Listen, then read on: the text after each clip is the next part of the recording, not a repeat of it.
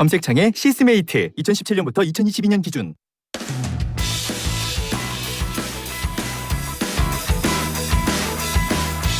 신율의 뉴스 정면 승부 3부 시작합니다. 오늘 3부에서 만나볼 분 국민의힘 윤상현 의원입니다. 여러분들도 윤 의원께 질문 있으시면 우물정 0945 샵 0945로 문자 보내주시면 제가 대신 여쭙겠습니다. 짧은 문자 50원, 긴 문자 100원의 유료 문자임을 말씀을 드립니다. 자, 말씀드린 대로 국민의힘 윤상현 의원 연결되어 있습니다. 윤 의원님 안녕하십니까? 예, 안녕하세요. 윤상현입니다. 예. 요새 시끄러운 게 많지만 그 중에 하나가 KC 미인증 직구 규제. 결국은 이제 정부가 그렇게 하지 않겠다. 그건 가능하지도 않다. 이렇게 했는데, 윤상현 의원님께서는 어떤 입장이세요? 사실 이 문제에 대해서 처음 시발이 어디냐면 서울시입니다. 서울시가 한 10일 정도 전에 이 해외 온라인 플랫폼 제품 안전성에 문제가 있다. 예. 특히 어린이 이 완구 제품들 이걸 직접 조사를 해보니까요. 한 41%가 이 부적격 판정을 받았다는 거거든요. 예. 그래서 어린이 건강 위협하는 유해 물품 반입 차단하자. 안전관리 강화하자 이렇게 나왔는데 그래서 제가 이걸 받아서 그때 페이스북에다가 빨리 정부가 안전대책을 강구해라. 라고 촉구를 했습니다. 예. 그러다 보니까 이제 5월 16일 날 정부 입장이 뭐냐면은 이제 KC 인증 없으면은 해외 직구를 금지한다. 좀 오버하는 소위 말해서 소비자 선택권을 제한하는 이런 게 있었고요. 그러다 보니까 이제 여러 정치하는 분들이 야 이거는 과도한 규제다 하면서 이제 몇몇 정치인들이 이제 얘기를 하고 그러니까 또다시 정부 입장이 이제 야 그건 아니다. 소위 말해서 일단 인증이 없더라도 직구는 허용하는 거고요. 그래서 개별적으로 사후적으로 문제 있는 거에 대해서 우회성 조사한다. 이런 식인데 결국에는 제가 보기에는 이제 정무적인 판단 국무조정실 이런 데서 정무적인 판단력이 참 없다. 소위 말해서 이제 탁상 행정으로 흐른다. 이런 느낌을 좀 받았습니다.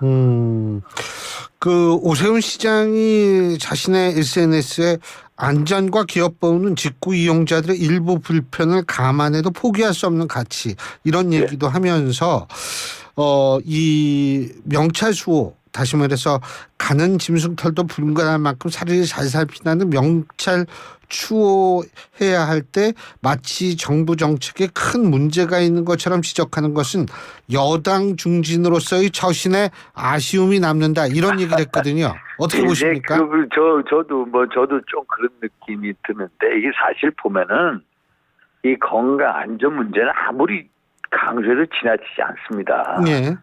솔직히 이 문제는 그러니까 안전을 강화하려고 이제 정부가 그런 정책을 발표했는데 예. 정말 명찰 수호다. 그런데 이제 오세훈 시장께서 특별히 이렇게 나오는 이유가 이게 서울시 제품 검사 해외 플랫폼에서 들어오는 제품 검사하면서 야 40% 이상이 문제 있다라고 발견해서 이제 이 사건이 이제 확대가 된 거고 또 그런 면에 있어서 안전이 최고 중요하다. 이 말도 맞습니다. 예. 지금 말해서 오세훈 시장님의 말씀도 맞고요. 또 다른 분들 같이 과도한 규제 이것도 양쪽이 맞습니다. 솔직히 제가 보면은 양쪽이 다 맞는다. 예, 양쪽이 오세훈 시장님은 안전을 강화시켜서 이 안전이 가장 중요하다는 말씀하는 거고요. 예. 이쪽 분들은 이제 소위 말해서 어떤 소비자 선택권 입장에서 이제 과도한 규제다 이런 건데 사실 안전을 강화하면은 안전 강화하는 그런 기준이 맞는 거고요. 소비자 선택권은 그게 맞는데 결국에는 안전하면서도 소비자 선택권을 어떻게 보호할 것이냐. 또 그러면서도 우리 알테친이라고 그러지 않습니까? 알테친 이런 제품이 아니라 저가의 제품이 완전히 차이나 공습이 오는데 우리 제품을 어떻게 이제 보호하느냐 이런 것까지 합쳐져서 결국 보는 관점에 따라서 그런 것 같아요. 보는 관점에 따라서. 뭐 그 중진이라고 얘기를 했을 때는 뭐 여러분이 좀 포함이 되는데 그 중에서 한 분이 한동훈 전 위원장도 포함이 되는 것 같은데 제가 좀 근데 한동훈 위원장은 중진은 아니고요. 중진은 아닌가요? 예, 중진은 아닌데 중진은 이제 뭐 다른 분. 예. 저도 어제 좀 그 정부의 그 좀 서링한 점이 있더라도 정부는 안전을 강화시키긴다는 차원에서 그런 얘기를 했기 때문에 제가 5월 10일 날 이 페이북 메시지를 썼고 어제 이게 좀 너무 이제 좀 핀트가 서로 어긋난 핀트를 보고 있는 게 아닌가 해서 저도 쓸까 하다가 가만뒀는데요. 예. 사실 중진은 아닙니다. 한동훈 위원장. 한 전 위원장 지금 한겨레에서 조금 전에 이 보도된 겁니다. 5월 20일 오후 5시 45분에 보도된 기사가 하나 있는데 한 전 위원장과 최근 통화한 당내 친한동훈계 한 인사가 이 한겨레에 이런 얘기를 했다고 합니다. 한 전 위원장이 국민의힘 지지층에서 60% 안팎의 지지를 받은 여론조사 결과를 직접 언급하면서 민심에 부응해야 하는 거 아니냐 이런 얘기를 했다고 합니다. 출마를 안 하면 이런 기대에 부응하지 않는 거 아니냐 이런 얘기를 했다고 하는데 어떻게 평가하십니까? 본인이 들어오고 싶어 하는 거죠. 그렇게 해석을 하면은. 인기 있는 거 하고요. 예. 또 대표하는 거 하고 이게 또 다른 겁니다. 사실 인기라는 건 우리는 영어로 스킨 딥라고 그럽니다. 예. Popularity is just skin deep라고 하지 않습니까? 예. 그 인기는 좋았을 때도 있고 떨어질 때도 있는 겁니다. 예. 그 인기를 가지고 뭐 전당대회로 나와라 이런 거를 연결시키는 것은요. 본인이 전대를 출마하고 싶은 생각이 있기 때문에 그렇게 받아들인 겁니다. 그래서 저는 사실 어제 뭐 이런 식의 어떤 메시지라든지 최근에 어느 도서관에 가서 뭐 이제 뭐 삼자가 찍듯이 착 보는 거 그것도 제가 본 거의 연출이고요. 솔직하게 연출로 보이고요. 이런 것도 결국은 이제 전당대로 들어오기 위한 하나의 몸풀기 수순으로 보인다. 이렇게 보입니다. 어떻게 보세요? 그 출마하는 것 자체는 뭐 본인의 의지겠습니다만 어떻게 보십니까? 본인의 의지입니다만은 사실 뭐 지금은 자숙과 성찰의 시간이 맞죠. 자숙과 성찰의 시간이 맞습니다. 그런데 본인이 하고 싶으면 하는 겁니다. 그것은 누구나 못 말리는 겁니다. 그렇죠. 예. 그래서 하는 거다. 결국 이제 뭐 아무리 자숙과 성찰의 시간이라고 해도 본인이 안 받으리면 정치를 하는 거고요. 중요한 것은 저는 그런 말씀을 드립니다. 권력에 대한 준비, 정치에 대한 준비가 제대로 돼 있느냐. 결국 그 인기라는 게 반짝하고 가는 거거든요. 솔직히. 황교안 대표님도 한번 반면교사를 한번 보면요. 2019년 그 봄에 이제 대표로 들어오시지 않습니까? 제가 그때도 제가 이제 잠을 해드렸는데 결국 그분 들어오셔가지고 어떻게 됐습니까?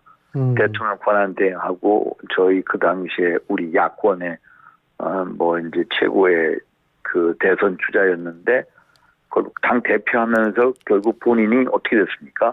지지율이 많이 급전직하했죠. 그래서 정치 운명의 주체는 본인이 하는 겁니다. 본인이 하는 거고. 그래서 인기는 있었다도 없어지는 거고요. 그게. 그래서 본인이 정치와 권력에 대한 준비가 얼만큼 돼 있느냐. 이게 중요한 거고 본인이 결정하는 겁니다. 본인. 그러니까 한동훈 전 위원장도 만일 당대표 준비를 하거나 나올 생각이 있다면 황교안 전 대표처럼 될 수 있을 가능성도 있다 이런 말씀이시네요. 그러면 그거는 그렇게 반대로 될 수도 있고 안 될 수도 있고요. 사실 저는 이런 그 전당대로 가면서 우리 교수님 정말 우리 당이 한심하지 않으십니까? 그 얘기도 좀 나중에 여쭤보려고 그랬어요. 당의 모습을 보면요. 솔직히 그렇게 대참패를 경험했습니다. 집권여당 사상 87년 체제 이후에 이렇게 진 적이 없습니다. 보수정당 있죠. 연속 3차례 당명을 바꿔가면서 진 적이 없습니다. 그럼 지금 뭘 해야 됩니까? 정말로 총선 참패 원인을 규명하고요. 그렇죠? 우리를 떠나간 지지자들에 대해서 용서를 빌고 사죄를 하고 총선 백서를 발간하고 뭔가 처절한 몸부림이 있어야 되는데 그런 몸부림은 변화에 대한 몸부림이 하나도 없고 이 뭡니까? 책임져야 되는 분은 또 전당대회에 나오겠다고 하고. 또 당에 있는 지도부는 솔직히 뭐 혁신 변화에 대한 어떤 물꼬도 없고. 네? 예. 총선 백서 한다고 하는데 총선 백서가 이게 되느니 마느니 뭐 누구 책임이냐 아니냐 이거는 또 늦지만 넣어라. 아니 세상에 총선 백서를 만들면요. 2번 다시 이런 대참패를 경험하지 않게끔 처절한 기록이 있어야 되지 않습니까? 그러면 거기 어디 성역이 있습니까? 안 그렇습니까? 예. 대통령도 넣고 대통령실도 넣고 한동훈도 넣고 안 그렇습니까? 전략 잘못한 것도 넣고 또 우리 같은 의원들이 잘못한 것도 넣고 공천도 정말로 잘못된 공천 사찰한 것도 다 넣고 이런 뭐 총선 백서가 나와야 2번 다시 앞으로 그걸 반면교사 삼아서 야 이런 식의 공천 안 되겠구나 이런 식의 전략 안 되겠구나 이런 걸 느끼는 거 아닙니까? 아니 소위 말해서 총선 백서를 하는 것도 본인들의 어떤 입장에 따라서 또 같이 자기가 지지하는 사람의 어떤 판을 깔아주기 위해서 어떤 정책 이해관계를 먼저 중시해서 총선 백서를 넣어야 되느니 말아야 되는 이런 이 어떤 이 모습이요 일종에 보면은 그게 우리의 본 모습이 돼서는 안 되고요. 정말로 뼈저린 어떤 참여를 할 수 있는 뭔가가 있어야 되는데 그게 안 보이니까 저는 답답할 뿐입니다. 우리 당 생각해 보면. 예. 네. 윤상현 의원님 당대표 출마하실 생각 없으세요? 아니 저는요. 예. 제가 수도권 위기론 작년부터 계속 그럼요. 그건 잘 알고 있죠. 강서구청장 보궐선거 17.5%가 졌죠. 계속 제기했고 아니 이 세상에 이렇게 질 거라고 몰랐던 사람들이 있습니까? 수도권에서 선거 치르면서 이렇게 몰랐다? 이건 있을 수 없는 얘기입니다. 알았습니다. 예견된 참패입니다. 예견된 참패라는 걸 몰랐던 분들은 그게 문제가 있는 거죠, 솔직히. 그런 분들이 선거를 진두지휘했다는 게 가장 가슴 아픈 대목입니다. 예. 선거 모르는 문외한들이 이 선거를 치른 거 아닙니까? 예. 그러니까 뭐 몇 석 건진 걸 가지고 뭐 잘했다고 자화자찬하고. 여섯 세상에 석 이런 정당이 어디 있습니까? 예. 아니 수도권에서 대전까지 129석 중에 19석 먹었습니다. 우리가 지난번에 예. 이 서울, 경기, 인천, 대전까지 얼마 먹었습니까? 128석 중에 우리가 지난번에 16석 먹었습니다. 3석 늘었다고 해가지고 우리가 잘한 겁니까? 아니 저쪽의 의석이 몇 석입니까? 예. 아니 100석이 넘어가지 않습니까? 110석이 넘어가면은 예. 처절한 참패입니다. 처절한 참패. 예. 계속해서 이렇게 지고 있는데도 별로 신경 안 씁니다. 그래서 제가 떠드는 겁니다. 이게 저의 생존의 문제이기도 하고요. 당의 생존의 문제고 대통령의 생존의 문제입니다. 이거 이대로 두면 안 되는데 솔직히 이 당에서 이 얘기할 사람 거의 없습니다. 교수님. 이 정도로 얘기할 수 있는 사람이 없어가지고 제가 해야 되겠다. 저 혼자만이라도 하겠다. 당원들이요 제발 깨어나라. 국민들이요 우리 당 제발 폭파시켜줘라. 당 중앙을 한번 때려라. 한번 처절하게 정신 차리게 해라. 지금 누가 나오고 누가 전당대회에 나오고 이게 주안점이 돼야 됩니까? 이 당을 어떻게 혁파시키고 이 당에 잘못된 병폐가 있으면 그것을 한번 고치고 뭐 이런 노력이 있어야 되는데 안 보이는 게 그러니까 또 윤상현 의원님이 좀 역할을 하셔야 된다. 저는요. 예. 이 당을 변화시키고 혁신시키는 게 큰 테마를 가고 있고요. 예. 그 어떤 전대라는 것은 너무나도 이 작은 주제입니다. 정말로 예. 네? 영어로 얘기하면 영어 써서 죄송한 트리비얼한 주제입니다. 트리비얼한 주제이기 때문에요. 가장 큰 테마는요. 혁신이고 변화고 그것을 윤상현 저는 충분히 해낼 열정이 있다. 또 프로그램도 내 스스로 그림도 짤 수 있다. 혼자서 짜고 혼자서 이렇게 하고 있는 겁니다. 그래서. 예. 그리고요. 예. 지금 일각에서 나오는 게 민주당과 국민의힘의 가장 중요한 또 차이가 뭐냐. 지난번에 국회의장 후보 선출 과정에서 예. 민주당 같은 경우에는 명심 어쩌고 하니까 당 원로를 비롯해가지고 쓴소리 한 사람이 많은데 예. 국민의힘은 도대체 뭐가 나와도 뭐 별로 관심이 없는 건지. 보세요. 일극체제 이재명 명심에 반발해가지고 본인들이 전략적 선택을 하잖아요. 예. 추미애 의원 어이추가 아니라 저분은 가면은 예전에 자충도 할 우려도 있고 그러니까 우원식 의원이 훨씬 더 낫다. 해가지고 명심하고 상관없이 하잖아요. 예. 전략적 선택을 하지 않습니까? 예. 우리는 어떤 변화의 그 물꼬가 있습니까? 없는 겁니다. 전략적 선택이 있습니까? 없습니다. 한번요. 우리 당하고 민당 한번 비교해 보세요. 얼마나 전략적 선택을 잘하는지. 그럼 민주당은요. 예. 한번 보세요. 당 지도부 원내 지도부 한번 보십시오.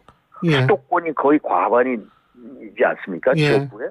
그러면은 당 지도부 원내 지도부 이재명 대표부터 정청래, 박찬대 최근에 원내대표 갔죠. 예를 들어서 고민정이 있지 않습니까?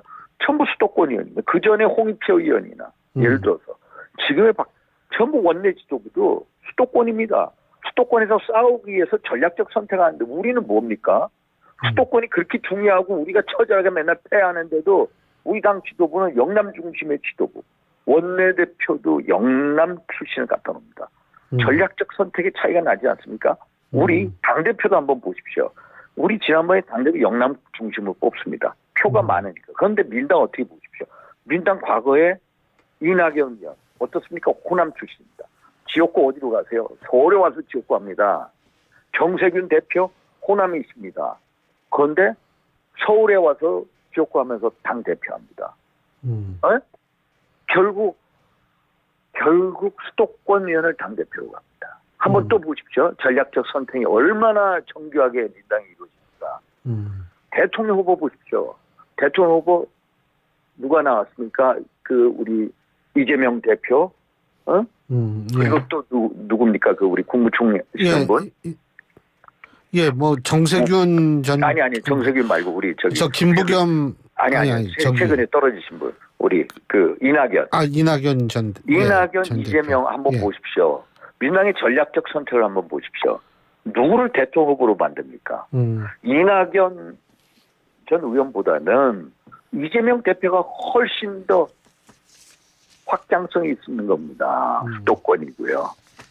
중도로, 경상도 출신이고요. 결국 전략적 선택을 하지 않습니까? 한번 보십시오. 당대표를 뽑으면 대통령 후보를 뽑을 때나 당 지도부, 원내 지도부 뽑을 때는 항상 전략적 선택을 합니다. 예. 우리는 어떻습니까? 예. 전략적 선택이 있습니까? 우리가 먼저 변화해야 되는데 우리는 변화를 안 하고 있고 민당은 오히려 명심 따라갈 줄 아는데 명심을 제끼고 우원식을 뽑는 거. 이게 우리하고 저당하고의 차이점입니다. 배우자는 겁니다. 저 무서운 변화의 속도와 예. 그리고 전략적 선택을 하는 그것을 우리가 배워야 된다. 알겠습니다. 예. 자, 조금 좀 주제를 바꿔서 2018년 문재인 전 대통령 영부인이시죠. 김정숙 여사의 인도 타지말 단독 방문 지금 예. 논란이 있는데 윤 의원님께서는 지금 특검하자라고 말씀하시는 예. 거잖아요. 그죠? 근데 예. 제가 좀 여쭤보고 싶은 게 국민의힘 이종배 서울시 의원이 작년 12월에 서울중앙지검에 김 여사를 국고 손실 등의 혐의로 고발을 했거든요. 예. 그러면은 먼저 특검 전에 수사를 좀 해야 되는 거 아니냐 이런 얘기도 있을 것 같은데 어떻게 보십니까? 김건희 여사도 마찬가지죠. 김건희 여사 도이치모터 특검 작년에 법안 내지 않았습니까? 예. 특검 법안에 솔직히 81억의 국고를 쓰면서 특검하자고 해서 민주당이 냈습니다. 그 도이치모터 특검은 언제 때 얘기입니까? 그 사건의 시기가 언제? 2009년부터 12년 사이 대통령하고 결혼하기 전의 얘기입니다. 그런데 현재 그 사건에 대해서 아직까지 수사 종결이 안 됐습니다.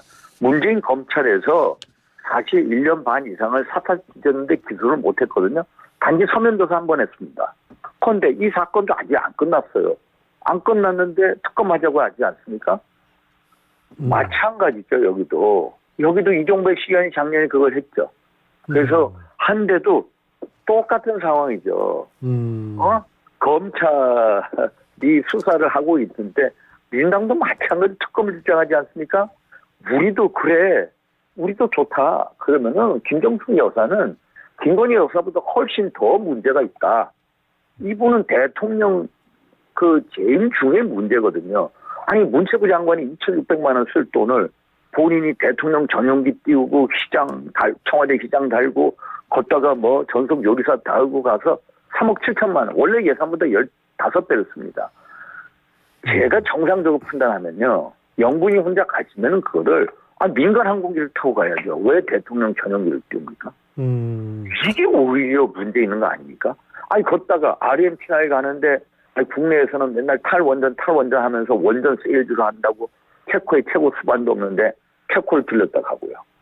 또 이집트 피라미드로 가고. 이거 말고도 옷값 문제에 대해서 한국 납세자 연맹이 계속해서 옷값의 출처가 어디냐? 지금 2심 재판 중입니다. 정보 공개하려는데 정보 공개 안 하고 있습니다. 이런 문제 등등등. 이게 오히려 대통령 재임 시절에 있었던 영부인의 문제이기 때문에 이게 오히려 특검의 대상이 더 가깝다. 예? 김건희 여사는 도이치모터스 주가 조작 연루 의혹이라는 게 사인 시절에 있었던 거다. 대통령하고 결혼하기 전에 일이다. 그래서 특검 안 되면 이것부터 먼저 하자. 이런 얘기입니다. 그럼 윤 의원님은 결국은 이제 이 타지말 문제뿐만 아니라 전반적인 특검이 필요하다 이렇게 보시는 거예요? 그러면 예. 전반적인 문제가 있습니다. 이게 타지말 방문이 아니라 뭐 버킷리스트라고 해가지고 뭐 그것도 나왔습니다만은 옷값을 보면요. 한국 납세자 연맹에서 도대체 영부인의 옷값이 이게 국비를 지출되는 게 아니냐 해서 계속 문제 제기를 했고요. 예. 정보 공개 청구를 했는데 1심에서 법원에서 정보 공개하라고 하는데 안 하고 지금 2심으로 가고 있는데 거기서 개인 사비로 했다고 합니다. 예. 사비로 했는데 그 누리꾼들이 계속 대통령 영부인의 옷을 해보니까 178벌이고요. 장신구까지 하면은 200개가 넘고요. 문재인 대통령 부부가 청와대를 나왔을 때 옷장이 무려 18개가 있었다고 합니다. 그런데 대통령의 재산이 얼마냐? 대통령 되기 전에 18억 6천이었습니다. 공시 단계. 그런데 대통령 끝나고 21억 6천만 원이 됐습니다. 그럼 도대체 옷값이 어디서 나왔느냐? 등등등. 이게 이렇게 여러 가지 우역의 우역을 무는 게 많거든요. 그러면은 그래 이게 오히려 특검 대상이 아니냐? 예. 라는 이제 판단이 드는 겁니다. 알겠습니다. 그 옷장 문제는 일단은 우리가 확인될 수가 있는 얘기가 아니니까 그거는 일단은 개인적인 의견, 의혹 제기 수준으로 저희가 받아들이겠고요. 예. 그리고 해병대원 특검법 말이에요. 그 예. 대통령이 거부권 할 것 같은데 그러면은 야당 같은 경우에 이제 장외 투쟁도 아마 불사할 것 같다라는 보도도 있는데 어떻게 보세요? 아니 특검법 이것도 마찬가지입니다. 예. 아니, 소위 말해서 지금 공수처에서 얼마나 왕성하게 수사를 하고 있습니까? 공수처라는 게 민주당이 공정한 수사를 위해서 지난 정부 때 만든 겁니다. 예. 그런데 최근에 보세요. 유재훈 무슨 사무관인가 2번 불렀죠. 김기한 사령관 불렀죠. 임성근 사단장 불렀죠. 그리고 박경훈인가 예. 또 불렀죠. 계속해서 수사를 하고 있습니다. 예. 계속해서 수사를 하고 있는데 아니 그러면은 도대체 공수처는 어떤 집단입니까? 예. 민주당이 만들어 놓고 공수처 못 믿겠다 해가지고 장애 투쟁한다? 그걸 누가 받아줄 수가 있습니까? 일단은 다 공수처에서 또 경찰에서 해보자라는 거고요. 일단은 수사 결과 보고 소위 말해서 그게 안 됐을 경우에는 예. 한 점에 의혹이 있다면 대통령 본인 자신도 특검을 먼저 요청을 하겠다라고 예. 하지 않았습니까? 그래서 장애 투쟁을 한다는 게 그렇게 큰 명분이 있을까요? 알겠습니다. 수사가 진행 중인데. 예. 예.